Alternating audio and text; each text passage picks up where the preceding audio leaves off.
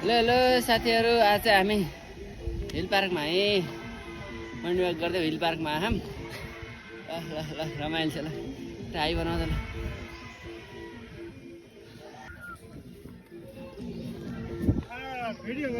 अहिले फेसबुकमा आउँछ है, फेसबुकमा। ल है ल, केटाले 10 आन्छु भने एक हानेर बस्यो।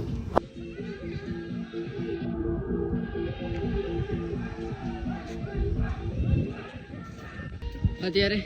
29, 29, 7। तैँले कति हानिस्? राम्रै दुई गएको छ।